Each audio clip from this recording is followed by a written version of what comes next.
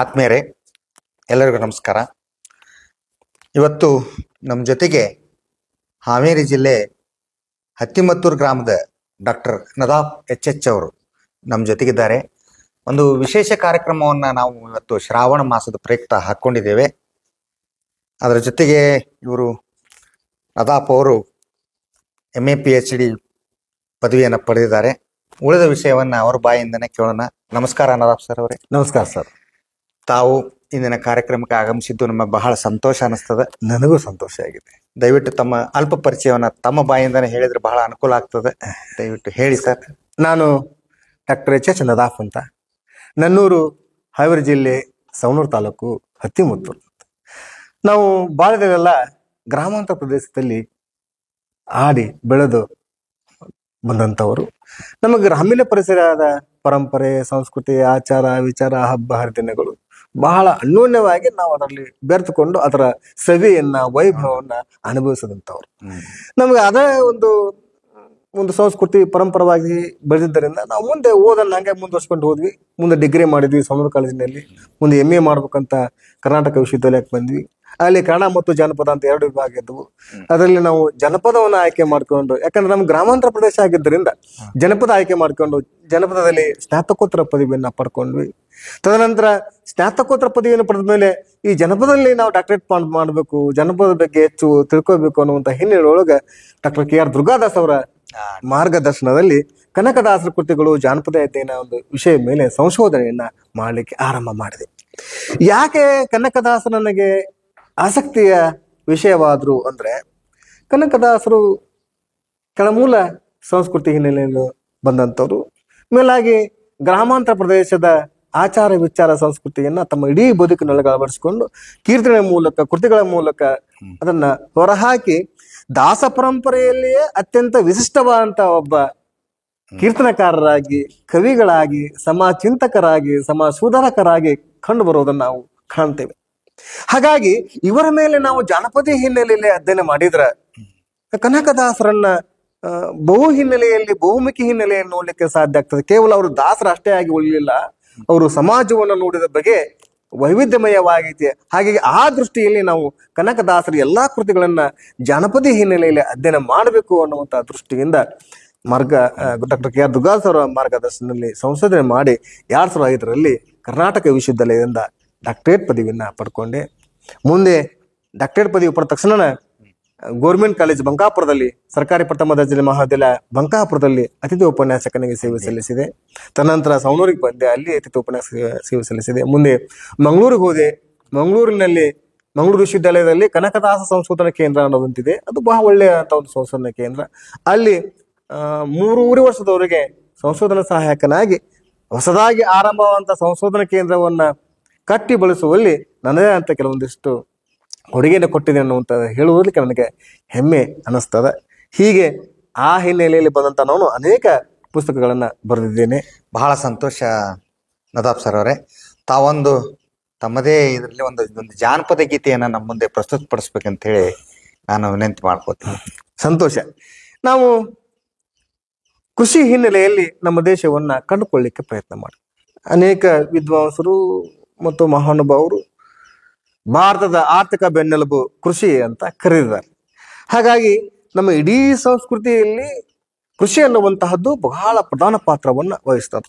ಎಲ್ಲರಿಗೂ ಉದ್ಯೋಗವನ್ನ ಕೊಟ್ಟಿರುವಂತಹದ್ದು ಕೃಷಿಯೇ ಮುಖ್ಯ ಕಾರಣ. ಹಾಗಾಗಿ ನಮ್ಮ ಜನಪದರು ಕೃಷಿಯನ್ನೇ ನಂಬಿಕೊಂಡು ಕೃಷಿಯ ಹಿನ್ನೆಲೆಯಲ್ಲೇ ತಮ್ಮ ಬದುಕನ್ನ ರೂಪಿಸಿಕೊಂಡಂತವರು. ಅದಕ್ಕಾಗಿ ತಮ್ಮ ಎಲ್ಲಾ ಹಬ್ಬ ಹರಿದಿನ, ಜಾತ್ರೆ, ಉತ್ಸವಗಳನ್ನ ಕೃಷಿಯ ಹಿನ್ನೆಲೆಯಲ್ಲೇ ಕಟ್ಕೊಂಡು ಆ ಮೂಲಕವೇ ಅದನ್ನ ಆಚರಣೆಗೆ ತಂದಿರುವುದನ್ನು ನಾವು ಕಾಣ್ತೇವೆ. ನಮ್ಮ ಜನಪದರು ನೋಡ್ರಿ, ಎದ್ದು ಹುಟ್ಲೆ ಅವರು ಭೂಮಿ ತಾಯಿಯನ್ನ ನೆನೆಯುವಂತ ಪ್ರಯತ್ನವನ್ನ ಮಾಡ್ತಾರೆ. ನಿಮ್ಗೆಲ್ಲ ಗೊತ್ತಿರುವುದು, ಬೆಳಗಾನ ನಾನೆದ್ದು ಯಾರ್ಯಾರ ನೆನೆಯಲಿ, ಬೆಳಗಾನ ನಾನೆದ್ದು ಯಾರ್ಯಾರ ನೆನೆಯಲಿ, ಎಲ್ಲೂ ಜೀರಿಗೆ ಬೆಳವಾಳ, ಎಳ್ಳು ಜೀರಿಗೆ ಬೆಳವಾಳ ಭೂತಾಯ್ನ, ಎದ್ದಂದು ಗಳಿಗೆ ನೆನೆದೇನ, ಎದ್ದಂದು ಗಳಿಗೆ ನೆನೆದೇನ, ಎದ್ದಂದು ಗಳಿಗೆ ನೆನೆದೇನ, ಎದ್ದೊಂದು ಗಳಿಗೆ ನೆನೆದೇನ. ಭೂತಾಯಿ ನೆನೆದರ ಸುಖ ಅನ್ನುವುದು, ಭೂತಾಯಿ ನೆನೆದರ ಸುಖ ಅನ್ನುವುದು ನಮ್ಮ ಬೆನ್ನ ಹಿಂದೆಯ ಬರ್ತದ, ಬೆನ್ನ ಹಿಂದೆಯ ಬರ್ತದ ಸುಖವೆಂದು ಭೂಮಿ ತಾಯಿಗೆ ನಮಿಸೇವ, ಭೂಮಿ ತಾಯಿಗೆ ನಮಿಸೇವ.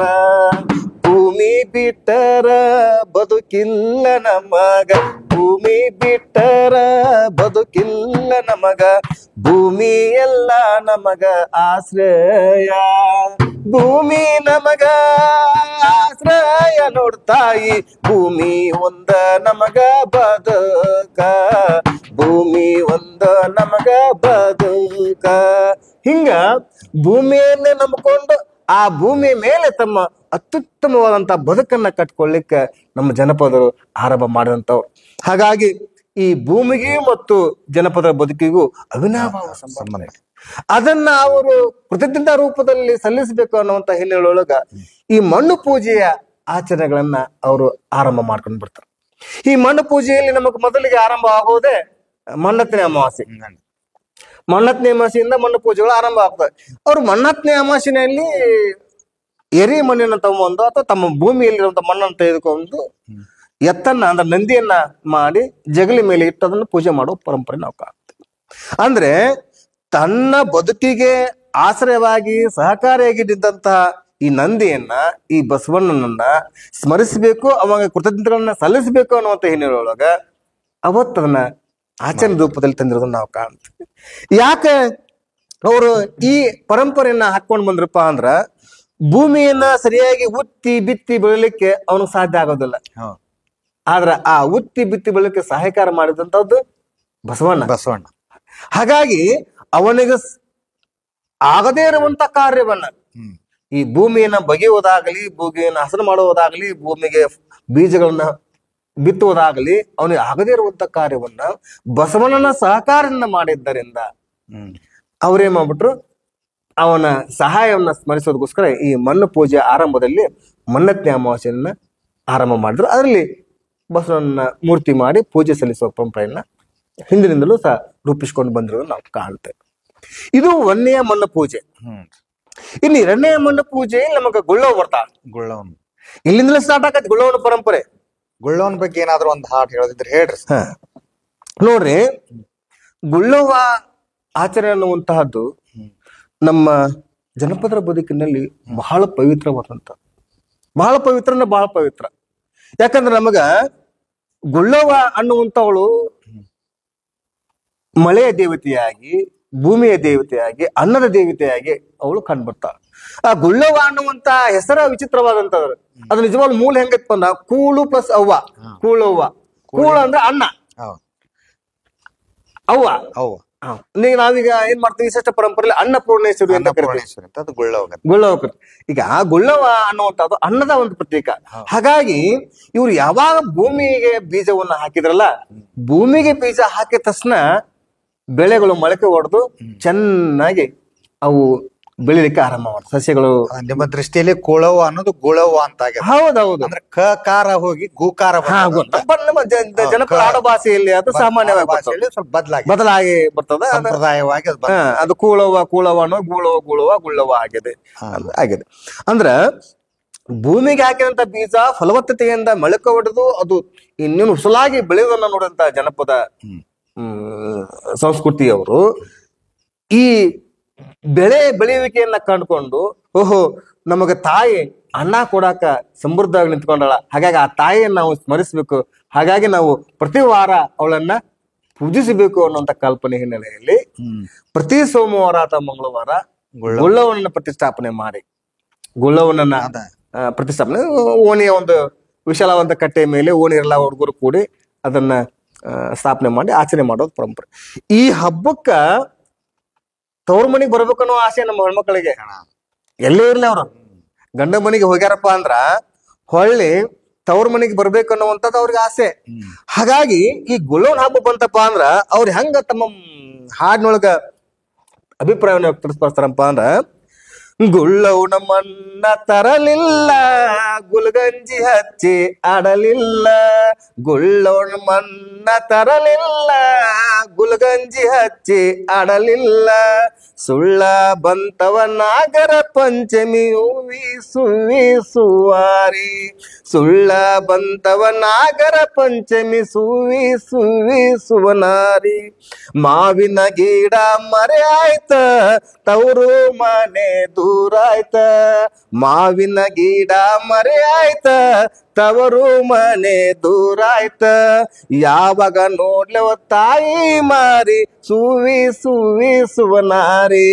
ಯಾವಾಗ ನೋಡ್ಲವ ತಾಯಿ ಮಾರಿ ಸುವನಾರಿ. ಗುಳ್ಳವನ್ ಮನ್ನ ತರಲಿಲ್ಲ ಗುಲ್ಗಂಜಿ ಹಚ್ಚಿ ಆಡಲಿಲ್ಲ. ಗುಲ್ಗಂಜಿ ಹಚ್ಚಿ ಆಡಲಿಲ್ಲ. ಸುಳ್ಳ ಬಂತೆನ ನಾಗರ ಪಂಚಮಿ ಸುವನಾರಿ. ತಾಯಿ ಇದ್ದರ ತವರಚ್ಚ ತಂದಿ ಇದ್ದರ ಬಳಗಚ್ಚ. ತಾಯಿ ಇದ್ದರ ತವರಚ್ಚ ತಂದಿ ಇದ್ದರ ಬೆಳಗಚ್ಚ. ತಾಯಿ ತಂದೆ ಇಲ್ಲದ ತವರು ದೂರಾಯ್ತು ಏನೋ ಸುವಾರಿ. ದೂರಾಯ್ತು ಏನೋ ಸುನಾರಿ. ದೂರಾಯ್ತು ಏನೋ ಸುನಾರಿ. ಬಹಳ ಚೆನ್ನಾಗಿ ಬಂತ್ರಿ. ಹಿಂಗ ಅವ್ರು ತಮ್ಮ ತವರು ಮನೆ ಅನ್ನುವಂಥದ್ದನ್ನ ಪ್ರತಿ ಹಬ್ಬದ ನೆಪದೊಳಗ ನೋಡ್ಬೇಕು ಅನ್ನುವಂತ ಆಸೆ ಅವ್ರಿಗೆ. ಹಿಂಗ ಹಬ್ಬ ಅಂತ ಬಂತಪ್ಪ ಅಲ್ಲಿ ಪಂಚಮಿ ಬಂತಂತೂ ನಮ್ಮ ಹೆಣ್ಮಕ್ಳಿಗೆ ಪಂಚಮಿದೊಂದು ಹಾಡದ ಅಲ್ರಿ. ಬಾ ಪಂಚಮಿಗಂತೂ ನಮ್ಮ ಹೆಣ್ಮಕ್ಳು ಹೆಂಗಪ್ಪಾ ಅಂದ್ರ ಪಂಚಮಿದೊಂದು ತಾವ್ ಎಲ್ಲೇ ಇರ್ಲಿ ಅವ್ರು ಆ ಪಂಚಮಿಯನ್ನ ತವ್ರ ಮನೆಯಲ್ಲಿ ಆಚರಣೆ ಮಾಡ್ಬೇಕು ಅಂತ ಅವ್ರ ಆಸೆ. ಹಂಗಾಗಿ ತವ್ರ ಮನೆ ಎಷ್ಟೇ ದೂರ ಇದ್ರೂ ಬೇಕಾದಷ್ಟು ದೂರ ಇರ್ಲಿ ಅದ ತವ್ರ ಮನೆಗೆ ನೋಡ್ಲಿಲ್ಲ ಅಂದ್ರೆ ಅವ್ರ ಮನೆ ಸಮಾಧಾನ ಆಗ. ಹಂಗಾಗಿ ಒಬ್ಬ ಗೆಳತಿ ಈ ಪಂಚಮಿ ಸೈನ್ಯಕ್ಕೆ ಬಂದಾಗ ಅವ್ರನ್ನ ಇನ್ನೂ ಕರೆಯಕ್ ಬಂದಿರಂಗಿಲ್ಲ. ಅವಾಗ ಪಂಚಮಿಗೆ ಹೋಗ್ಬೇಕು ನಾ ಪಾಪ ಕುತೂಹಲ ಅವಳಿಗೆ. ತಂದೆ ತಾಯಿ ಮಕ್ಕ ನೋಡ್ಬೇಕು, ನನ್ನ ತವ್ರ ಮನೆ ನೋಡ್ಬೇಕು, ನಮ್ಮ ಅಂತವ್ ನೋಡ್ಬೇಕು, ನಮ್ಮ ಅಕ್ಕಂಗಿಯರ್ ನೋಡ್ಬೇಕು, ನಮ್ಮ ಗೆಳತಿಯರ್ ನೋಡ್ಬೇಕು. ಗೆಳತಿಯವ್ರು ಪಂಚಮಿ ಮುಂದಿರ್ತಾರಲ್ಲ. ಹಿಂಗ ಎಲ್ಲಾರು ತಮ್ಮ ಬಾಲ್ಯವನ್ನು ನೆನಪಿಸ್ಕೊಂಡು ಖುಷಿ ಪಡ್ಬೇಕು ಅನ್ನುವಂತ ಆಸೆ ಆಕೆಗೆ. ಹಾಗಾಗಿ ಇನ್ನು 2-3 ದಿನ ಅಷ್ಟ ಉದಿರ್ತದ ಪಂಚಮಿ, ಅಣ್ಣ ಇನ್ನು ಬಂದಿರಂಗಿಲ್ಲ. ಅವಾಗ ಅವ್ರ ಮನದ ತುಮುಲ ಅನ್ನುವಂಥದ್ದು ಹೆಂಗ ಹಾಡ್ಯಾಗ ವ್ಯಕ್ತಾಗೈತಪ್ಪ ಅಂದ್ರ, ಪಂಚಮಿ ಹಬ್ಬ ಉಳಿದಾವ ದಿನನಾಕ ಅಣ್ಣ ಬರಲಿಲ್ಲ ಯಾಕ ಕರಿಲಾಕ. ಪಂಚಮಿ ಹಬ್ಬ ಉಳಿದಾವ ದಿನನಾಕ ಅಣ್ಣ ಬರಲಿಲ್ಲ ಕರಿಲಾಕ ಯಾಕ. ಅಣ್ಣ ಬರಲಿಲ್ಲ ಕರಿಲಾಕ ಯಾಕ. ನನ್ನ ಪತಿ ಇರುವುದು ಗೋಕುಲ, ನನ್ನ ಪತಿ ಇರುವುದು ಗೋಕುಲ, ಅಲ್ಲಿ ಇರುವುದು ರಾಜ ಮಂದಿರ, ಅಲ್ಲಿ ಇರುವುದು ರಾಜ ಮಂದಿರ. ಯವ್ವ ಹೆಂಗ ಇರ್ಲಿ ತವ್ರಿ ಮನೆ ಮರತ. ಯವ್ವ ಹೆಂಗ ಇರಲಿ ತವ್ರಿ ಮನಿ ಮರತ. ಅಣ್ಣ ಬರಲಿಲ್ಲ ಯಾಕ ಕರಿಲಾಕ, ಅಣ್ಣ ಬರಲಿಲ್ಲ ಯಾಕ ಕರಿಲಾಕ. ನೋಡ್ರಿ ಹಾಡ್ನ್ಯಾಗ ತನ್ನ ಗಂಡನ ಮನಿ ನಂದ ಗೋಕುಲ, ಹೌದು, ಕೃಷ್ಣ ಪರಮಾತ್ಮ ಇರುವಂತ ಒಂದು ಪವಿತ್ರವಂತ ಸ್ಥಳ. ಅಲ್ಲಿ ಏನೇನು ಕೊಡ್ತಿಲ್ಲಕ್ಕಿಗೆ ರಾಜ ವೈಭೋಗ. ಆದ್ರೂ ಸಹ ತನ್ನ ತವ್ರ ಮನೆಯನ್ನ ಹೆಂಗ್ ಬಿಟ್ಟು ಬರಲಿಲ್ಲ, ನಾವು ಹೋಗೋಬೇಕು ನನ್ನ ತವ್ರ ಮನೆಗೆ ಅಂತ ಆಸೆಯನ್ನ ಈ ಹಾಡ್ನಾಗ ಹೇಳ್ತಾ ಮುಂದೆ ಹೇಳ್ತಾ ಆಕೆ, ನನ್ನ ತವರೂರ ಪಂಚಮಿ ಬಾರಿ, ನನ್ನ ತವರೂರ ಪಂಚಮಿ ಬಾರಿ. ವಾರ್ಗಿ ಗೆಳತಾರ ನಾವು ಕೂಡಿ, ವಾರ್ಗಿ ಗೆಳತಾರ ನಾವು ಕೂಡಿ. ಒಳ್ಳೆ ಸೊಗಸಿಲೆ ಜೋಕಾಲಿ ಏರಿ ನಾವು ಗೆಳ್ತೇರ, ಜೋಕಾಲೇರಿ ನಾವು ಗೆಳ್ತೇರ. ಅಣ್ಣ ಬರಲಿಲ್ಲ ಯಾಕ ಕರಿಲಾಕ. ನನ್ನ ಮನಸ್ಸ ಕೇಳತೈತಿ ಅಣ್ಣ, ನನ್ನ ಮನಸ್ಸ ಕೇಳತೈತಿ ಅಣ್ಣ. ಎಳ್ಳು ಅವಲಕ್ಕಿ ತಂಬಿಟ್ಟ ಕುಟ್ಟಿ, ಎಳ್ಳು ಅವಲಕ್ಕಿ ತಂಬಿಟ್ಟ ಕುಟ್ಟಿ, ನಾನು ತಿನ್ವಾಕಿ ಮನಕ್ಕೆ ಬಂದಂಗ, ನಾನು ತಿನ್ವಾಕಿ ಮನಕ್ಕೆ ಬಂದಂಗ, ಯಾರಿಗೇನು ಯಾರಿಗೇನು ಉಳಿಸದಂಗ, ಯಾರಿಗೇನು ಯಾರಿಗೇನು ಉಳಿಸದಂಗ. ಅಣ್ಣ ಬರಲಿಲ್ಲ ಯಾಕ ಕರಿಲಾಕ, ಅಣ್ಣ ಬರಲಿಲ್ಲ ಯಾಕ ಕರಿಲಾಕ. ನನ್ನ ತವರೂರ ದೇವಾಪುರ ನಗರ, ಎನ್ನ ತವರೂರ ದೇವಾಪುರ ನಗರ. ಅಲ್ಲಿ ನೆಲೆಶಾನ ಬಸವಣ್ಣ ದೇವರ, ಅಲ್ಲಿ ನೆಲೆಶಾನ ಬಸವಣ್ಣ ದೇವರ. ಯವ್ವ ಬೇಡುವೆ ಯವ್ವ ಬೇಡುವೆ ನಾನೊಂದ ವರವ, ಯವ್ವ ಬೇಡುವೆ ಯವ್ವ ಬೇಡುವೆ ನಾನೊಂದ ವರವ. ಅಣ್ಣ ಬರಲಿಲ್ಲ ಯಾಕ ಕರಿಲಾಕ, ಅಣ್ಣ ಬರಲಿಲ್ಲ ಯಾಕ ಕರಿಲಾಕ. ಅಣ್ಣ ಬರಲಿಲ್ಲ ಅಣ್ಣ ಬರಲಿಲ್ಲ ಅಣ್ಣ ಬರಲಿಲ್ಲ ಯಾಕ ಕರಿಲಾಕ. ಬಹಳ ಚೆನ್ನಾಗಿ ತಮ್ಮ ಈ ಅಣ್ಣನ ತಂಗಿಯ ತವ್ರ ಮನೆಗೆ ಬರೋದನ್ನ ಬಹಳ ಚೆನ್ನಾಗಿ ನಮಗೆ ತಿಳಿಸ್ಕೊಟ್ರಿ. ಧನ್ಯವಾದ. ತಾವು ಅನೇಕ ನೂರಾರು ಲೇಖನಗಳನ್ನ ಪತ್ರಿಕೆಯಲ್ಲಿ ಬರೆದಿದ್ದೀರಿ, ನೂರಾರು ವಿಚಾರ ಸಂಕಿರಣಗಳಲ್ಲಿ ಭಾಗವಹಿಸಿರಿ. ಅದ್ರ ಬಗ್ಗೆ ತಮ್ಮ ಅಭಿಪ್ರಾಯನ ಒಂದೆರಡು ಹೇಳ್ರಿ. ನೋಡ್ರಿ, ನಾನು ಅಧ್ಯಾಪನ ವೃತ್ತಿಯನ್ನ ಮಾಡ್ತಾ ಮಾಡ್ತಾ ಪರಂಪರೆಗೆ ಸಂಬಂಧಪಟ್ಟ ಹಾಗೆ ಪುಸ್ತಕಗಳನ್ನ ಬರೆದಿದ್ದೀನಿ, ಲೇಖನಗಳನ್ನು ಬರೆದಿದ್ದೇನೆ. ನಾನು ನನ್ನೂರಿನ ಗ್ರಾಮ ಚರಿತ್ರೆಯನ್ನ ಅನ್ನುವಂತ ಹಿನ್ನೆಲೆ ಹತ್ತಿಮತ್ತು ಗ್ರಾಮದ ಚರಿತ್ರೆಯನ್ನ ಮೊದಲಿಗೆ ಆರಂಭ ಮಾಡಿದೆ. ಅಂದ್ರೆ ಯಾಕೆ ಈ ಗ್ರಾಮ ಚರಿತ್ರೆಯನ್ನು ಬರಿಬೇಕಾತ್ಮ ಅಂದ್ರ, ಈಗಿನ ಜಾಗತೀಕರಣ ಸಂದರ್ಭದಲ್ಲಿ, ಆಧುನೀಕರಣ ಸಂದರ್ಭದಲ್ಲಿ ಗ್ರಾಮದ ಸ್ವರೂಪ ಅನ್ನುವಂಥದ್ದು ಬದಲಾಗ್ತದೆ. ಗ್ರಾಮದ ಸ್ವರೂಪ ಅನ್ನುವಂಥದ್ದು ಬದಲಾಗ್ತದೆ. ಅವಾಗ ಗ್ರಾಮದೊಳಗ ಬದುಕಿದಂತ ಎಲ್ಲಾ ಜನ ಒಂದ ಕುಟುಂಬ ಬದುಕ್ತಾರೆ. ಭಿನ್ನ ಭಾವಗಳು ಅಷ್ಟಕ್ಕಷ್ಟ ಇದ್ರು ಸಹ ಅವ್ರವ್ರ ಓಣಿಪುರಕ್ಕೆ ಅಷ್ಟೇ ಇದ್ವು. ಈ ಕೆಲಸ ಮಾಡುವಾಗ, ಕೃಷಿ ಸಂಬಂಧಪಟ್ಟ ಮಾಡುವಾಗ ಎಲ್ಲರೂ ಒಕ್ಕಟ್ಟಾಗಿ ಅವ್ರವ್ರ ಪಾಲಿನ ಕೆಲಸವನ್ನ ಮಾಡ್ತಾರೆ. ಅವ್ರಿಗೆ ಆಯಗಾರರು ಅಂತ ಕರೀತಾರೆ. ಆಯಗಾರಿಕೆ ಇದ್ರೆ ಮಾತ್ರ ರೈತ ತನ್ನೆಲ್ಲಾ ಕೆಲಸಗಳನ್ನ ಪರಿಪೂರ್ಣವಾಗಿ ಮಾಡ್ಲಿಕ್ಕೆ ಸಾಧ್ಯತೆ. ಈಗ ಉದಾಹರಣೆಗೆ ಬಡಗರಿ ಇಲ್ಲಪ್ಪ ಅಂದ್ರ ಅವ್ನ ಕೂರಿಗೆ ನಡೆಯಂಗಿಲ್ಲ, ಕಮ್ಮಾರಿಲ್ಲ ಅಂದ್ರಪ್ಪ ಅಂದ್ರ ಅವ್ನ ಕೂಡ ನಾಟಂಗಿಲ್ಲ. ಕ್ಷೌರಿಕ, ಹೂಗಾರ, ಆಮೇಲೆ ಕುಂಬಾರ ಇಲ್ಲ ನಾವು ಅಡಿಗೆ ಬೇಯಂಗಿಲ್ಲ. ಹಿಂಗ ಈ ಬದುಕಿನಲ್ಲಿ ಎಷ್ಟು ವೃತ್ತಿಗಳದವಲ್ಲ, ಆ ಎಲ್ಲಾ ವೃತ್ತಿಯವರು ಸಹ ಅವರಿಗೆ ಆಯಗಾರಿಕೆಯನ್ನ ಇಟ್ಕೊಂಡು ತಮ್ಮ ತಮ್ಮ ಸೇವೆಯನ್ನ ಮಾಡ್ತಿದ್ರು. ಮತ್ತೆ ಈ ರೈತನು ಸಹ ಅವ್ರ ಮೇಲೆ ಅಷ್ಟೇ ವಿಶ್ವಾಸವನ್ನು ಇಟ್ಕೊಂಡು, ನಂಬಿಕೆಯನ್ನು ಇಟ್ಕೊಂಡು ತಾನು ಹೊಲವನ್ನು ಉತ್ತಿ ಬಿತ್ತಿ ಬೆಳಿತಿದ್ದ. ಯಾವಾಗ ಉತ್ತಿ ಬಿತ್ತಿದ್ದ ಫಲ ಬರ್ತಿತ್ತಲ್ಲ, ಅದನ್ನ ಕಣದಾಗ ರಾಶಿ ಹಾಕಿ ಸಂಭ್ರಮವನ್ನ ಪಡ್ತಿದ್ದ. ಸಂಭ್ರಮವನ್ನು ಪಡ್ತಿದ್ದ. ಅವಾಗ ಬೆಳೆ ಬರ್ತಂಕ ರಾಶಿದ ಖುಷಿ ನಾವೆಲ್ಲ ಸಣ್ಣ ಇರ್ತಾಗ ಬಹಳ ಹಾಡು ಕೇಳಿ ನಾವು. ಈ ಹಂತಿ ಪದ ಸುಗ್ಗಿ ಪದ. ಹಂತಿ ಕಟ್ಟುವ ಮೊದಲ ಯಾರ್ಯಾರ ನೆನಿಬೇಕ, ಉದ ಸೊಂಡಿಯ ಗಣಪನು, ಉದ ಸೊಂಡಿಯ ಗಣಪನ ನೆನದರ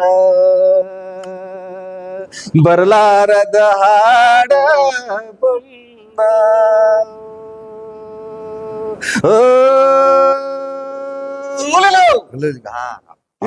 ಬಹಳ ಚೆನ್ನಾಗಿ ಬರ್ತಿತ್ತು ಅದು.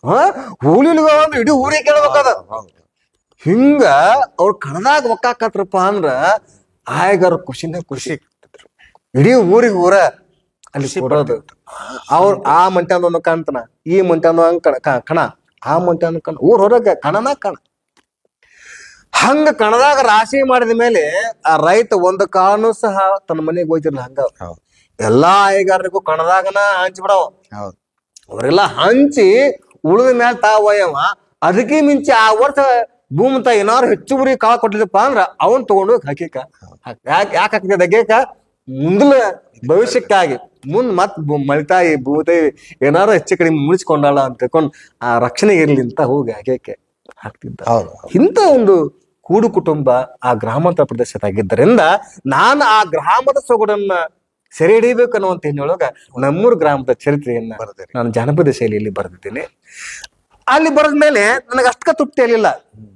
ಒಂದೊಂದು ದೇವರದ ಒಂದೊಂದು ಸಾಂಸ್ಕೃತಿಕ ಪರಂಪರೆ ಕಂಡು ಬಂತು ನನಗೆ. ಹಾ ಹಾ ಈಗ ಗ್ರಾಮ ಚಿಟ್ಟೆ ಬರೆಯೋ ಹೊತ್ನಾಗ ಒಂದೊಂದು ದೇವಾಲಯದ ಒಂದೊಂದು 150 ಪುಟ ಹಾಕತ್ತ. ಹೌದು. ಹಂಗಾಗಿ ಏನ್ ಮಾಡಿದೆ, ಗ್ರಾಮ ಚರಿತ್ರೆಯನ್ನ ಗ್ರಾಮ ಸೊಗಡಿಗೆ ಅಷ್ಟೇ ಸೀಮಿತ ಇಟ್ಟು ಮುಂದೆ ಆ ಗ್ರಾಮದಲ್ಲಿ ಬರುವಂತಹ ದೇವರ ಕುರಿತು ಸಾಂಸ್ಕೃತಿಕವಾಗಿ ಅಧ್ಯಯನ ಮಾಡ್ಬೇಕು ಅಂತ ತಿಳ್ಕೊಂಡು ನಮ್ಮ ಊರಾಗ ಒಂದು 30-35 ದೇವತೆಗಳು ಅದಾವ. ಅದು ಹಿಂದೂ ಮುಸ್ಲಿಂ ಎಲ್ಲ ಸೇರ್ಸೆ ಸರ್ವ ಜನಾಂಗದ ಶಾಂತಿಯ ತೋಟ.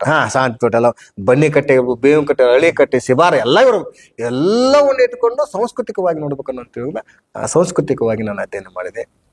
ಮುಂದೆ ಏನಪ್ಪ ಅಂದ್ರೆ ಅಪ್ಪನ ಬಗ್ಗೆ ಬಾಳ ಹಾಡ್ ಕಟ್ಟಿ ನಮ್ ಜನಪದ ಹಾಡಾಕತ್ ಮಾಡ. ಈ ಅಪ್ಪು ತಿರ್ಕೊಂಡ್ಮೇಲೆ ಅಪ್ಪು ತುಂಬಾ ಅಭಿಮಾನಿ ಎಲ್ಲ ಬಹಳ ಮಂದಿ. ಅಪ್ಪು ಪುನೀತ್ ರಾಜ್ಕುಮಾರ್, ಪುನೀತ್ ರಾಜ್ಕುಮಾರ್ ಬಗ್ಗೆ ಅನೇಕ ಜನಪದರು ಅಷ್ಟೇ ಅಲ್ಲ ಎಲ್ಲರೂ ತಮ್ಮ ತಮ್ಮ ಗೌರವನ ಅಭಿಮಾನವನ್ನು ಹೊಂದಿರೋದ್ರಿಂದ ಅವನ ಮೇಲೆ ಹಾಡ್ ಕಟ್ಟಿ ಹಾಡಾಕ್ ಶ್ರಮ ಮಾಡಿದ್ರು. ಮತ್ ಕೆಲವರು ಅವನ ಫೋಟೋ ಇಟ್ಕೊಂಡು ಜಾತ್ರೆ ಉತ್ಸವಗಳಲ್ಲಿ ಪ್ರದರ್ಶನ ಮಾಡಾಕತ್ರು, ಹರಕೆ ಹೊರ ಹಾಕತ್ರು ತಮ್ಮ ಗಾಡಿ ಮೇಲೆ, ತಮ್ಮ ಬದುಕಿನ ಟಿ ಶರ್ಟ್ ಮೇಲೆ, ಅಂಗಿ ಮೇಲೆ, ಜಾತ್ರೆ ಹಿಂಗ ಅವನ ಫೋಟೋ ಇಟ್ಕೊಂಡು ಅವನದೇ ಒಂದು ಸ್ಲೋಗನ್ ಕೊಟ್ಕೊಂಡು ಅಪ್ಪು ಬಗ್ಗೆ ಹಿಂಗ ಕಂಡದ್ದು ನಾನು ಯಾಕೆ ಇದನ್ನ ಜಾನಪದ ಹಿನ್ನೆಲೆ ನೋಡ್ಬಾರ್ದು ಮುಂದೆ ಅಪ್ಪು ಜಾನಪದ ಅನ್ನೋ ಬರದ್ರೆ ಮುಂದೆ ಈ ಕೃತಿಗಳ ಹಿನ್ನೆಲೆಯಲ್ಲಿ ಆಗಾಗ ನನಗೆ ಅನೇಕ ಅಕಾಡೆಮಿಕ್ ವಲಯದಲ್ಲಿ ಉಪನ್ಯಾಸ ಮಾಡ್ಲಿಕ್ಕೆ ಬರ್ತಿದ್ರು. ಉಪನ್ಯಾಸದ ಹಿನ್ನೆಲೆಯಲ್ಲಿ ನಮ್ಮ ಸಾಂಸ್ಕೃತಿಕ ಪರಂಪರೆ ಜಾನಪದ ಕ್ರೀಡೆಗಳ ಬಗ್ಗೆನೂ ಬರ್ದಂಗ ಕಾಣ. ಹೌದು, ಅದು ನಮ್ಮ ಕರ್ನಾಟಕ ಜಾನಪದ ವಿಶ್ವವಿದ್ಯಾಲಯದ ಒಂದು ಪ್ರಾಜೆಕ್ಟ್, ಅದು ಯೋಜನೆ, ಅದು 1 ಲಕ್ಷ ರೂಪಾಯಿ ಪ್ರಾಜೆಕ್ಟ್. ಅದು ನಮಗ ಹೊಸದಾಗಿ ಜಾನಪದ ವಿಶ್ವವಿದ್ಯಾಲಯ ಸ್ಥಾಪನೆ ಆದ್ಮೇಲೆ ಒಂದೊಂದು ಜಿಲ್ಲೆಯ ಒಂದು ವಿಷಯವನ್ನು ಕೊಟ್ಕೊಂಡು ಸಂಶೋಧಕರಿಂದ ಪುಸ್ತಕ ಬರೆಸಬೇಕು ಅನ್ನೋ ಯೋಜನೆಯನ್ನು ಅವರು ಹಾಕೊಂಡ್ಬಿಟ್ರು. ಆ ಯೋಜನೆ ಹಾಕೊಂಡ್ಮೇಲೆ ನಾನು ಸಹ ಹಾವೇರಿ ಜಿಲ್ಲೆಯ ಜನಪದ ಕ್ರೀಡೆಗಳು ಯೋಜನೆಗೆ ಕೊಟ್ಟೆ. ಅವ್ರು ನನಗೆ ಆಯ್ಕೆ ಮಾಡಿದ್ರು. ಮುಂದೆ ಅದನ್ನ 3 ವರ್ಷ ತಗೊಂಡು ನಾನು ಮುಗಿಸಿದೆ. ಯಾಕ ಕ್ರೀಡೆಗಳನ್ನ ಆಯ್ಕೆ ಮಾಡ್ಕೊಂಡೆ ಅಂದ್ರೆ, ಈಗ ಬರೀ ಕ್ರಿಕೆಟ್, ಹೌದು, ಈಗಿನ ಕ್ರೀಡೆಗೂ ಆಗಿನ ಕ್ರೀಡೆಗೂ ಬಹಳ ನಾವು ಸಣ್ಣ ಇರ್ತಾಗ್ರಿ ನಗಾರಿ, ಮುಂಡಗೋಡ, ಕಕ್ಕಬಿಕ್ಕಿ, ಆಮೇಲೆ ಕಬಡ್ಡಿ, ಕಣ್ಣ ಮುಚ್ಚಾಲೆ, ಸರಗೋಲು, ಚಿನ್ನಿದಾಂಡು, ಅಪ್ಪು 1-2 ಕತ್ಲಾಗವರೆಗೂ ನಾವು ಆಡ್ದೆ ಮನ್ಯಾಗ ನಮ್ಮ ಅಜ್ಜಿ ಬೇಕಿತ್ತು.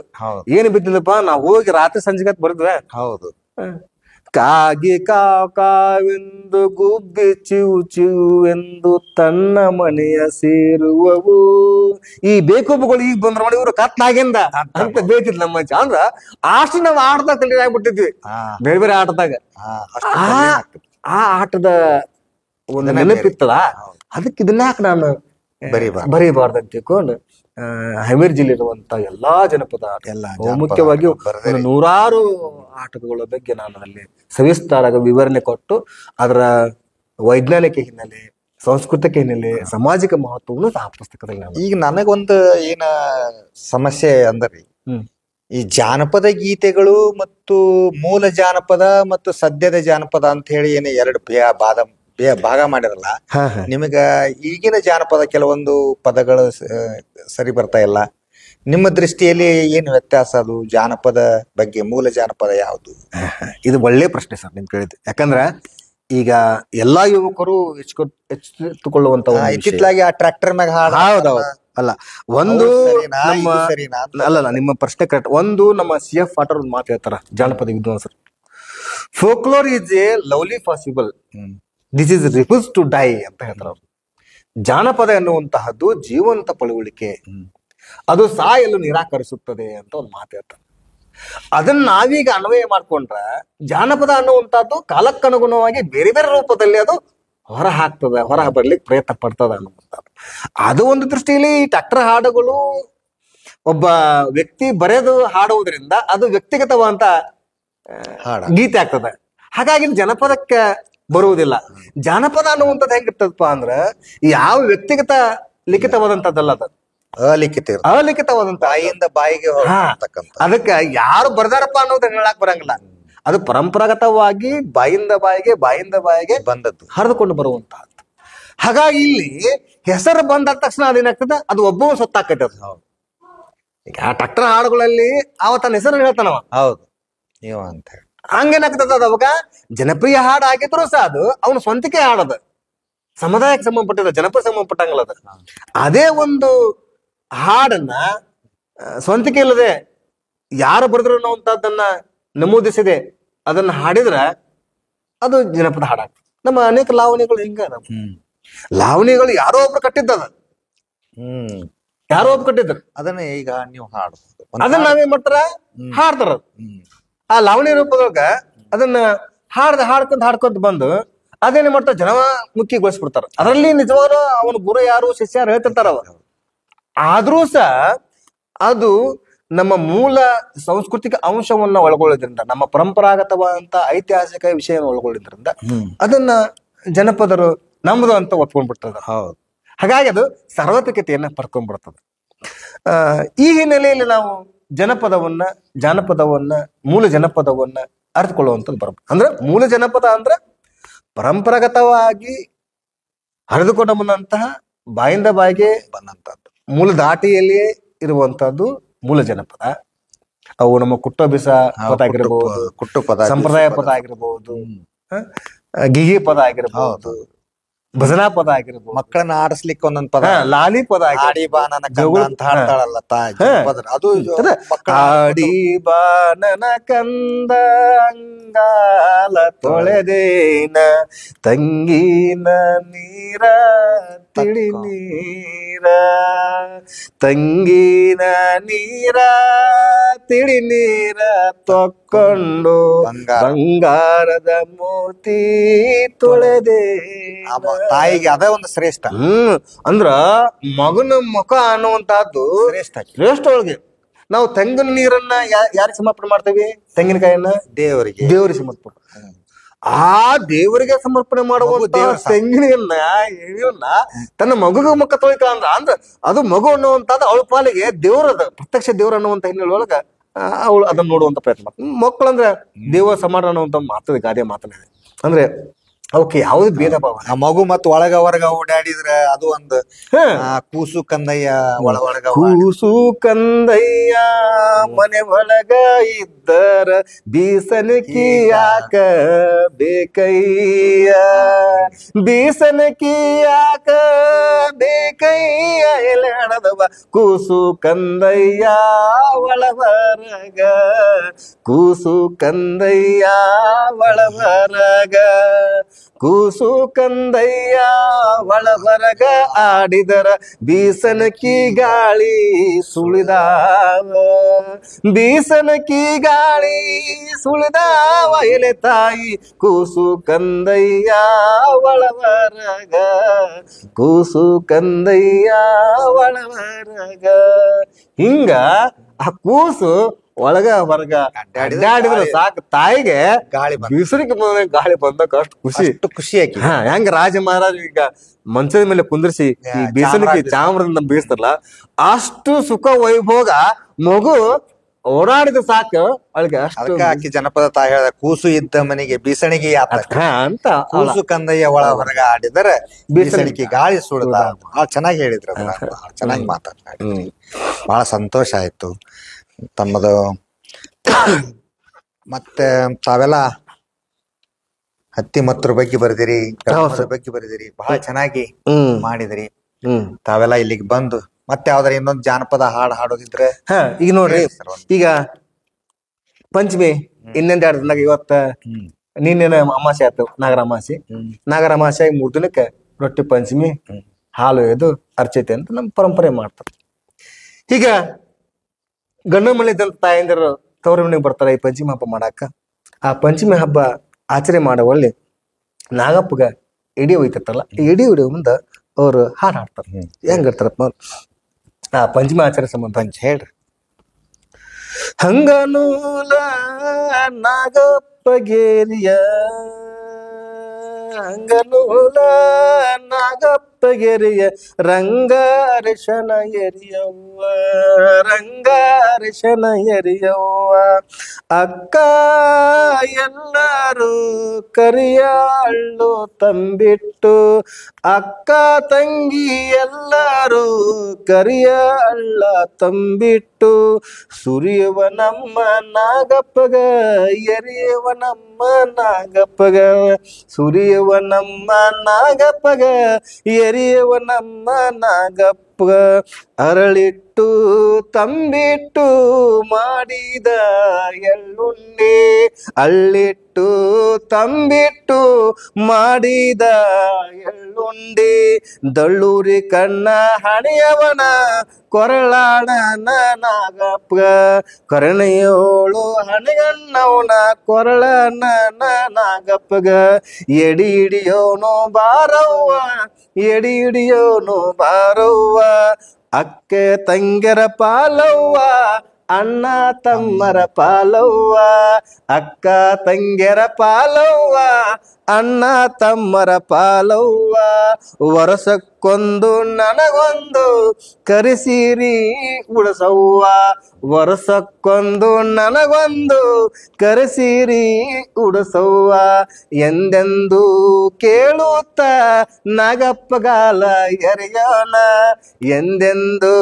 ಕೇಳುತ್ತ ನಾಗಪ್ಪಗಾಲ ಎರೆಯೋಣ, ವಾರಿಗಿ ಗೆಳತಿಯರು ಕೂಡಿ ನಾವೆಲ್ಲರೂ, ವಾರಿಗಿ ಗೆಳತಿಯರು ಕೂಡಿ ನಾವೆಲ್ಲರೂ, ಊರ ದೇವಿಯ ಗುಡಿಯೊಳಗ ನಾಗಪ್ಪಗಾಲ ಎರೆಯೋಣ, ಊರ ದೇವಿಯ ಗುಡಿಯೊಳಗ ನಾಗಪ್ಪಗಾಲ ಎರೆಯೋಣ, ಊರ ದೇವಿಯ ಗುಡಿಯೊಳಗ ಊರ ದೇವಿಯ ಗುಡಿಯೊಳಗ ನಾಗಪ್ಪಗಾಲ ಎರೆಯೋಣ, ಊರ ದೇವಿಯ ಗುಡಿಯೊಳಗ ಸೂರಾಡಿ ಅರಳನ್ ಎರೆಯೋಣ, ಸೂರಾಡಿ ಅರಳನ್ ಎರೆಯೋಣ, ಸೂರಾಡಿ ಅರಳನ್ ಎಳೆಯೋಣ. ಅರಳನ್ ಗೊತ್ತಲ್ಲ ನಿಮ್ಗೆ? ಅದ ಜೋಳಲ್ಲೇ ಹಳ್ಳಿನ ಜೋಳನಂತ ಅವು ನಮ್ಮ ನಾಗಪ್ಪಗ ಬಾಳ ಶ್ರೇಷ್ಠವಾದಂತ ಧಾನ್ಯ ಅಂತ ತಿಳ್ಕೊಂಡು ಆ ಜ್ವಾಳವನ್ನ ಹಂಚಿನಾಗ ಉರಿದು ಅರಳು ಮಾಡ್ತಾ, ಆ ಅರಳನ್ನ ಹೇಳ್ತಾ ಹಂಗ ನೂಲ್ ಹಾಕತಾ ನಾಗಪ್ಪನಿಗೆ ನನ್ನ ಹಾಲು, ನಮ್ಮ ಅಕ್ಕನ ಹಾಲು, ನಮ್ಮ ಅವ್ವನ ಹಾಲು, ನಮ್ಮ ಅಪ್ಪನ ಹಾಲು ಅಂದ್ರ ಆ ನಾಗಪ್ಪಗ ಎರೆದು ಅದರ ಒಂದು ಗೌರವವನ್ನ ಸೂಚಿಸುವುದನ್ನ ನಾವು ಕಾಣ್ತೇವೆ.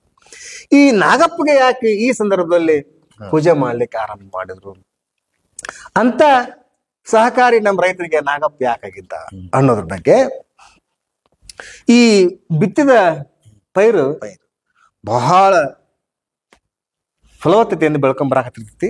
ಅದಕ್ಕೆ ಅನೇಕ ರೀತಿಯ ಕ್ರಿಮಿ ಕೀಟಗಳು ಕಾಡ್ತಿರ್ತಾವ. ಆ ಹುಳ ಹುಪ್ಪಡಿಗಳನ್ನ ಕ್ರಿಮಿ ಕೀಟಗಳು ತಿನ್ನೋರು ಯಾರ್ರಿ? ಇವು ನಮ್ಮ ನಾಗಪ್ಪ. ಹಾಗಾಗಿ ಅದಕ್ಕೆ ರೋಗ ಬರದ ಹಾಗೆ ಕಾಪಾಡಿ ಹುಳ ಹುಪ್ಪಡಿಗಳನ್ನ ತಿಂದು ಬದುಕುವಂತ ನಾಗರಾಜ ಆಗಿದ್ದರಿಂದ, ಆ ನಾಗರಾಜ ಹುಳ ಹುಪ್ಪಡಿ ತಿಂದಿದ್ದು ಬರೋಬ್ಬರಿ ಆಗಿದ್ದರಿಂದ, ಒಳ್ಳೇದಾಗಿದ್ದರಿಂದ ಸಸಿ ಅನ್ನುವಂಥದ್ದು ಯಾವುದೇ ರೋಗದ ಬಾಧೆಗೀಡಾಗದೆ ಅದು ಫಲವತ್ತತೆಯಿಂದ ಕೂಡಿ ಒಳ್ಳೆ ಕಾಳನ್ನ ಹಾಕ್ಲಿಕ್ಕೆ ಬಂತು. ಆ ಒಂದು ಋಣ ತೀರಿಸ್ಲಿಕ್ಕೂ ಸಹ ಈ ನಾಗಪ್ಪಗೆ ಹಾಲು ಅಂತ ಪದ್ಧತಿಯನ್ನ ಮಾಡ್ತಾ ಬಂದ್ರು. ಇದಕ್ಕ ತದನಂತರ ಅನೇಕ ರೀತಿಯ ಪೌರಾಣಿಕ ಕಥೆಗಳು ರೂಪಿಸ್ಕೊಂಡವು. ಇನ್ನು ಕೆಲವರು ಬೇರೆ ರೀತಿಯ ಹಿನ್ನೆಲೆ ಹೇಳ್ತಾರೆ. ಹೆಂಗ್ ಹೇಳ್ತಾರಪ್ಪ ಅಂದ್ರ, ಒಂದೂರಾಗ ಒಬ್ಬ ಬಡವಿದ್ದ. ಅವನ್ಗ ಒಂದ್ ಹೆಣ್ಣು ಒಂದು ಗಂಡು ಮಕ್ಕಳಿದ್ರು. ಹೆಣ್ಣು ಮಗು ಬಹಳ ಸುಂದರವಾಗಿತ್ತು, ಬಹಳ ಸುಂದರ, ಬಹಳ ಚೆಲುವಿ. ಅವಳು ಮದುವೆ ವಯಸ್ಸಿಗೆ ಬರತ್ತಿಗೆ ಏನ್ ಮಾಡ್ಬಿಟ್ರಪ್ಪ ಅಂದ್ರ, ಅವಳು ಚೆಲುವಿಕೆ ನೋಡಿ ಅಗರ್ಭ ಶ್ರೀಮಂತ ಅಕ್ಕಿನ್ನ ಮದುವೆ ಮಾಡ್ಕೊಂಡು ಹೋಗ್ಬಿಡ್ತಾನ. ಕೇಳ್ತಾನ, ನೀವು ಏನ್ ಕೊಡೋದು ಬೇಕಲ್ಲ, ವರದೋಪಚಾರ ನನಗೆ ಏನೇನು ಬೇಕಾಗಿಲ್ಲ, ನಿಮ್ ಮಗಳು ನನಗೆ ಮನುಷ್ಯ ಬಂದಾಳ, ನೀವು ಮದುವೆ ಮಾಡ್ಕೊಡ್ರಿ, ಅವನಿಗೆ ನನ್ನ ಮಗ ಮದುವೆ ಮಾಡ್ಕೊಡ್ರಿ ಅಂತ ಕೇಳ್ತಾನ ಶ್ರೀಮಂತ. ಯಥ ಪ್ರಕಾರ ಅವ್ರಿಗೆ ಮದುವೆ ಮಾಡ್ಕೊಡ್ತಾರ. ಮದುವೆ ಆದ್ಮೇಲೆ ಯಥ ಪ್ರಕಾರ ಗಂಡ ಮನೆಗೆ ಹೋಗ್ಬೇಕು. ಗಂಡ ಮನೆಗೆ ಹೋದಾಕೆ ಮತ್ತ ಅವ್ರ ಮನೆಗೆ ಪಂಚಮಿ ಬರ್ಬೇಕಲ್ರಿ. ಪಂಚಮಿಗೆ ಬರ್ಬೇಕಂತ ಸಂದರ್ಭದೊಳಗ ಅವಳು ತಮ್ಮ ಅಣ್ಣನ ಕರಿಲಾಕ್ ಬರ್ತಾಂತ ಹುಮ್ಮಸ್ನೊಳಗ ತನ್ನ ಮನ್ಯಾಗ ವೈಭೋಗ ಮನೆ ಬೇಕಾಗಿದ್ದು ರೊಟ್ಟಿ ಉಂಡಿ ತಂಬಳಿ ಏನೇನು ಮಾಡ್ಕೊಂಡು ಕೆರ್ಸಿ ತುಂಬಿಕೊಂಡು ಅಣ್ಣ ಬರೋ ದಾರಿ ಕಾಯ್ತಿರ್ತಾಳ. ಅಣ್ಣ ತಂದೆ ಎತ್ತಿನ ಕಟ್ಕೊಂಡು ಹೋಗಿ ಕರ್ಕೊಂಬರಕ್ಕ ಹೊಕ್ಕಾರ. ಚಕಡ್ಯಾಗ ಎಲ್ಲಾ ಸಿರಿ ಸಂಪತ್ತನ್ನ ಇಟ್ಕೊಂಡು ತವ್ರ ಮನೆಗೆ ಮತ್ತೆ ಕೆವಸ್ತಾ ಹೊಂಟಲ್ಲ, ಇದ್ದ ಸಂಪತ್ತು ಇಟ್ಕೊಂಡು ಹೊಂಟಿರ್ತಾಳ. ಹೋಗುವಾಗ ಯಾಕೆ ಏನ್ ಮಾಡ್ತಾಳಪ್ಪ ಅಂದ್ರ, ತನ್ನ ಮೈ ತುಂಬ ಎಲ್ಲಾ ರೀತಿಯ ಆಭರಣಗಳು, ತಲೆಗೆ ಕಿವಿಗೆ, ಮೂಗ್ಗೆ, ಕೊಳ್ಳಾಗ, ತೋಳ್ಬಂದಿ, ನಡಬಂದಿ, ಏನ್ ಎಷ್ಟು ಆಭರಣಗಳದಾವಲ್ಲ ನಮ್ಮ ಜನಪರ ಎಲ್ಲಾ ಶ್ರೀಮಂತರ ಮನೆಯನ್ನ ಆ ಎಲ್ಲಾ ಆಭರಣಗಳನ್ನ ಅವಳು ಹಾಕೊಂಡ್ಬಿಡ್ತಾಳ. ಖುಷಿಯಿಂದ ಹಾಕೊಂಡಿರ್ತಾಳ. ಹಾಕೊಂಡು ಚಕಡೆ ಕುತ್ಕೊಂಡು ಬರ್ತಿರ್ತಾಳ. ಹಿಂಗ ಬರೋ ಹೊತ್ನ್ಯಾಗ ಈ ಅಣ್ಣಗ ದುಷ್ಟು ಬುದ್ಧಿ ಬಂದ್ಬಿಡ್ತೈತಿ. ನಮ್ಮ ತಂಗಿ ಇಷ್ಟು ಶ್ರೀಮಂತ ಎಷ್ಟು ಬಂಗಾರ ಒಡವೆಯನ್ನು ಹಾಕೊಂಡ್ಬಿಟ್ಟಾಳ. ಮೈ ತುಂಬಾ ಬಂಗಾರ. ನಿಮ್ ಜನಪದರ ಗೊತ್ತಾಗತ್ತೆ. ಜಗ ಇಲ್ದಷ್ಟು ಅವ್ರು ಆಭರಣಗಳನ್ನ ಹಾಕೊಂಡಿರ್ತಾರ. ಮತ್ತೆ ಸಿಂಹದ ಹಾಕೊಂಡ್ಬಿಟ್ಟಿದ್ಲಾಕಿ. ಇವ್ ಕಣ್ಣ ನಟ್ಟು, ಓಹೋ ನಾ ಏನಾರ ಮಾಡಿ ಕೊಂದ್ಬಿಟ್ನೆ ಅಂದ್ರ ಎಲ್ಲಾ ಸಿರಿ ಸಂಪತ್ತು ಬಂಗಾರ ನನಗ ಹಾಕೈತಿಲ್ಲ, ನಾನು ಶ್ರೀಮಂತ ಹಾಕನಿ ಅಂತ ತಿಳ್ಕೊಂಡು ಏನ್ ಮಾಡ್ಬಿಡ್ತಾನಮ್ಮ, ಜಟ್ಟ್ಯಾಗ ಕುಂದಿಸ್ಕೊಂಡು ಮುಂದೆ ಊರು ದಾಟಿ ದಟ್ಟ ಒಂದು ಅಡಿವೆ ಒಳಗ ಬರ್ತಿದ್ದಂತೆ ಇವಂಗ ಬುದ್ಧಿ ಕೆಟ್ಟ ಬಿಡ್ತೈತಿ. ತಂಗಿನ ಕಡೆ ಚಕ್ರ ತಂಗಿ ಕರೆದ, ಬಾವಿಲ್ಲ ನೋಡ ಪೂಜೆ ಮಾಡಂಬ ನೋಡಬಾ ಇದೈತಿ ಅಂತ ಕರೆದಂಗ ಮಾಡಿ ಅಡಿಬ್ಯಾಗ ಹೋಗಿ ತಾಯಿಗಳು ಬಂದ ತಕ್ಷಣ ಇವಾಕಿ ಒಟ್ಟು ಕುಂದಿರ್ಸಿ ಬೇಡ್ಸಿದ್ದೆ ಹೊಡೆದು ಮುಂದ ದೊಡ್ಡ ಕಲ್ ತಗೊಂಡಾಕಿ ಮ್ಯಾಗ ಒಗದ್ಬಿಟ್ರ ಸತ್ತವಕಳ. ಮುಂದ ಅಡಿಬ್ಯಾಗ ಹಣ ಬಿಸಾಕಿ ದಾಗಿನ ತಗೊಂಡ್ ಹೋಗ್ಬೋದು ಅಂತ ತಿಳ್ಕೊಂಡು ಏನ್ ಮಾಡ್ತಾನ, ದೊಡ್ಡ ಕಲ್ ತಗೊಂಡು ಎತ್ತಾಕಿ ಮ್ಯಾಗ ಬಿಸ ಹೋಗ್ಕೊನ. ಆ ಕಲ್ಲು ಒಳಗ ಹಾವು ಇರ್ತೈತಿ ತಳಕ. ಆವ ಏನ್ ಮಾಡ್ತೀವನ ಕಚ್ಚಿ ಬಿಡ್ತೈತಿ. ಲಾಯವನ ಹಾಪ್ನಿ ಅಂತ ತಾ ಪ್ರೀತಿಯಿಂದ ಬರುವಂತ ತಕ್ಕಿವಿ ಇಂಥ ಮೋಸ ಮಾಡಕತ್ತಿಲ್ಲ ದುಷ್ಟ ಮನುಷ್ಯ, ಇದನ್ನೇನು ಸರಿಯಾದ ತಕ್ಕ ಪಾಠ ತೆಕೊಂಡು ಏನ್ ಮಾಡ್ತೀನಿ ಕಚ್ಚಿ ಬಿಡೋದು. ಕಚ್ಚಿದ ಗುಡ್ಲೆ ಅವ ವಿಷ ಏರಿ ಪುರುಗ್ ಬಂದು ಸತ್ತು. ಈಕೆ ತಮ್ಮ ಅಣ್ಣನ ಅವಸ್ಥೆ ನೋಡ್ತಾಳೆ. ನೋಡಿ ಹೆಣ್ಣುಗಳ ಲೇಟ್ ಆಗ್ಲಿ ಹೆಣ್ಮಕ್ಳು ಕ್ಷಮಾಗುಣ ಕ್ಷಮಾಗುಣ ಇರ್ತದೆ, ಬಾಳ ದೊಡ್ಡ ಕ್ಷಮಾಗುಣ. ಹಿಂಗಾಗಿ ತಾಯಿಯಿಂದ ನಾವು ಏನ್ ಮಾಡ್ತೀವಿ, ಭೂಮಿಗೊಳಿಸ್ತೇವೆ, ನದಿಗೊಳಿಸ್ತೇವಿ. ಹಿಂಗಾಗಿ ಏನ್ ಮಾಡ್ತಾಳ, ಇರೋದ ಒಬ್ಬ ಅಣ್ಣ, ಹಿಂದಿಲ್ಲ ಮುಂದಿಲ್ಲ, ಮತ್ತ ಅವನು ಕಳ್ಕೊಂಡ್ರೆ ನನಗೆ ತವ್ರ ಮನಿ ದೂರ ಆಕೈತಿ ಅಂತ ಏನ್ ಮಾಡ್ತಾಳ, ನಾಗಪ್ಪಗ ಏನಕ್ಕೆ ತೆಗಿತಾಳಲ್ಲ ಉಂಡಿ ಕಟ್ಕೊಂಡು ಹಾಲು ಕಂಡು ತುಪ್ಪ ಮೊಸರು ಜಗ್ ಹೈನುಗಾರಿಕೆ, ಅಲ್ಲೇ ನಾಗಪ್ಪರ್ಗ ನಮಸ್ಕಾರ ಮಾಡಿ ಅವನ್ಗ ಎಡಿ ಹಿಡ್ದ ಅವ್ನ ಹಾಲು ಎರ್ದು ಕೇಳ್ತಾಳ. ಇವಳ ಭಕ್ತಿಗೆ ನಾಗಪ್ಪ ಮತ್ತೆ ಪ್ರತ್ಯಕ್ಷ ಕಣ, ನಿನ್ನ ಭಕ್ತಿಗೆ ನಾನು ಮೆಚ್ಚಿದವ, ನಿನಗೇನು ಬೇಕು ವರ ಕೇಳ ಅಂತ. ಯಪ್ಪ ನನಗೇನು ವರ ಬೇಡ, ನನ್ನ ಗಂಡನ ಮನ್ಯಾಗ ಎಲ್ಲಾ ಕೊಟ್ಬಿಟ್ಟಿದಿ, ಬೇಕು ಬೇಕಾದ ಶ್ರೀಮಂತಿಗೆ ಕೊಟ್ಬಿಟ್ಟಿದಿ. ಇದ್ದೊಬ್ಬ ಅಣ್ಣ ಅವನ ಈಗ ಹೋಗ್ಬಿಟ್ಟಾನ, ಅವನ ಕಳ್ಕೊಂಡ್ಬಿಟ್ರೆ ನನಗೆ ತವ್ರ ಮನೆ ದೂರ ಆಕತಿ. ಹಂಗಾಗಿ ಹೆಂಗಾರ ಮಾಡಿ ಅವನು ವಿಷ ಹೇರ್ಕೊಂಡು ಅವನು ಬದುಕಿಸ್ಕೊಡ್ಪ ಅಂತ ಕೇಳ್ತ. ಆ ಪ್ರಕಾರ ನಾಗಪ್ಪ ತನ್ನ ಕಚ್ಚಿದಂತ ಜಾಗ ಹೋಗಿ ವಿಷ ಹೇರ್ಕೊಂಡು ಅವನನ್ನ ಬದುಕಿಸ್ತೈತಿ. ಇದು ನಮ್ಮ ಜನಪದರು ಕಟ್ಕೊಂಡಂತ ಒಂದು ಕತೆ. ಅಂದ್ರ ಸಂಬಂಧಗಳು ಹೆಂಗಿರ್ಬೇಕು ಅನ್ನೋದಕ್ಕ ನಮ್ಮ ಅಂದ್ರೆ ಏನ್ ಹೇಳ್ತಂದ್ರ ನಮ್ಮ ಜನಪದರಲ್ಲಿ ಒಂದು ನೀತಿ ಇದೆ. ಏನ್ ಹೇಳ್ತಾರಪ್ಪ ಒಂದ್ ಮಾತ್ರ, ವಿಷ ಇರದವರಿಗೂ ನಾವು ಹಾಲು ಎರಿಬೇಕು ಅಂತ ಒಂದ್ ಪರಂಪರೆ ಇದೆ. ನಮ್ಗೆ ಎಷ್ಟೇ ಅವರು ವಿಷ ಉಣಿಸ್ಯಾರ ಅಂದ್ರು ಸಹ ನಾವು ಅವರಿಗೆ ದ್ರೋಹ ಮಾಡದೆ ನಾವು ಅವ್ರಿಗೆ ಹಾಲು ಎರಿದ್ರ ಈ ವೈರತ್ವನ್ನ ಉಂಟಾದು ದೂರ. ಈಗ ಪ್ರಶಸ್ತಿ ಸಂದರ್ಭಕ್ಕಂತೂ ಬಹಳ ಅವಶ್ಯ ಒಂದು ಮಾತ್ರ ಇದು. ಯಾಕಂದ್ರೆ ಎಲ್ಲಾ ಕಡೆ ಈಗ ಜಾತಿ ಧರ್ಮ ಆದ ಈದ ಅನ್ನೋಂತ ವೈರತ್ವ ತುಂಬಿ ತುಳ್ಕೊಳಕತ್ತೈತಿ.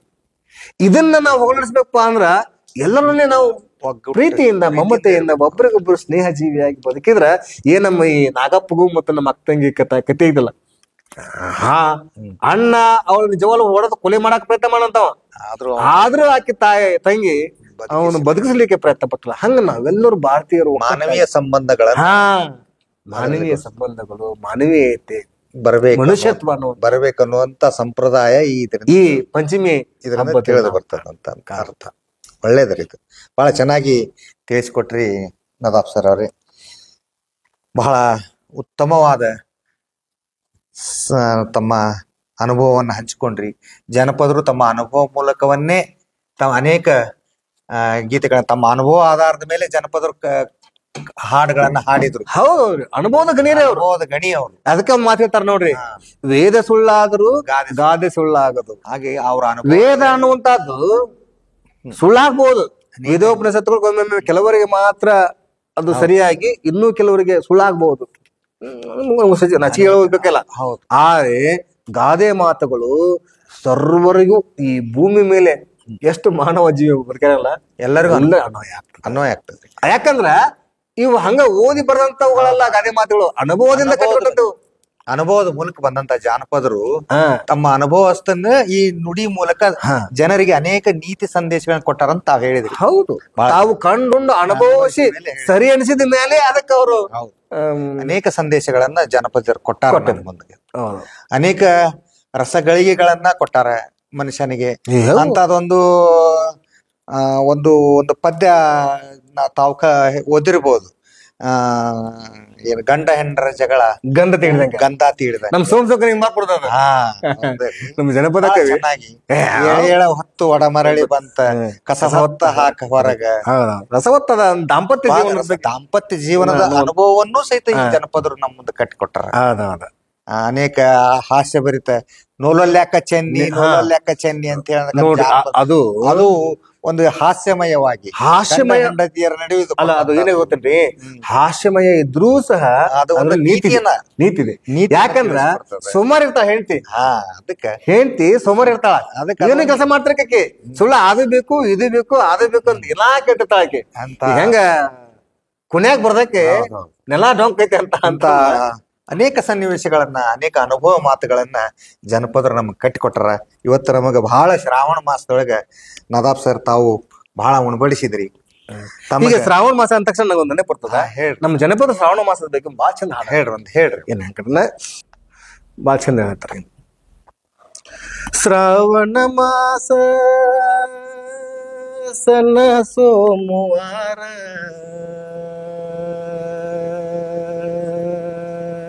ಶಿವಗ ಏಡಿ ಕೊಡಬಾರ. ಶ್ರಾವಣ ಮಾಸ ಸಣ್ಣ ಸೋಮಾರ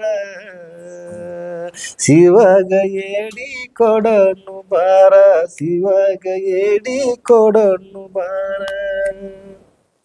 ಬಾಕ್ಕ ಬಾ ತಂಗಿ ಬಾಯವ್ವ ಬಾ ಚೊಗವ್ವ, ಬಾ ಅಕ್ಕ ಬಾ ತಂಗಿ ಬಾಯವ್ವ ಬಾ ಚಿಗವ್ವ, ಶಿವನ ಸನ್ನಿಧಿಗೆ ಹೋಗಿ ಬರೋನು ಬಾರವ್ವ, ಶಿವನ ಸನ್ನಿಧಿಗೆ ಹೋಗಿ ಬರೋನು ಬಾರವ್ವ.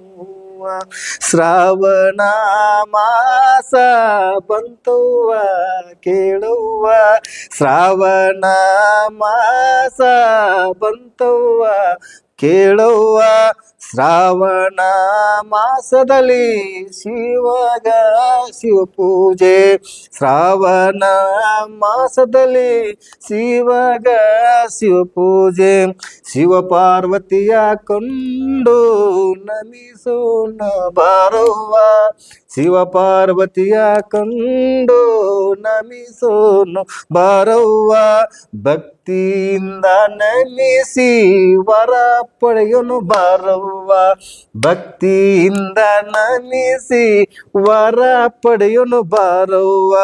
ಶ್ರಾವಣ ಮಾಸದಿ ಪೂರ್ತಿ ನಾವು ನೆನೆಯೋಣ, ಶ್ರಾವಣ ಮಾಸದಿ ಪೂರ್ತಿ ನಾವು ನೆನೆಯೋಣ, ಶಿವ ಪಾರ್ವತಿಯರ ನೆನೆಯುತ್ತ ಬದುಕು ಪಾವನ ಮಾಡೋಣ, ಶಿವ ಪಾರ್ವತರ ನೆನೆಯುತ್ತ ಬದುಕು ಪಾವನ ಮಾಡೋಣ.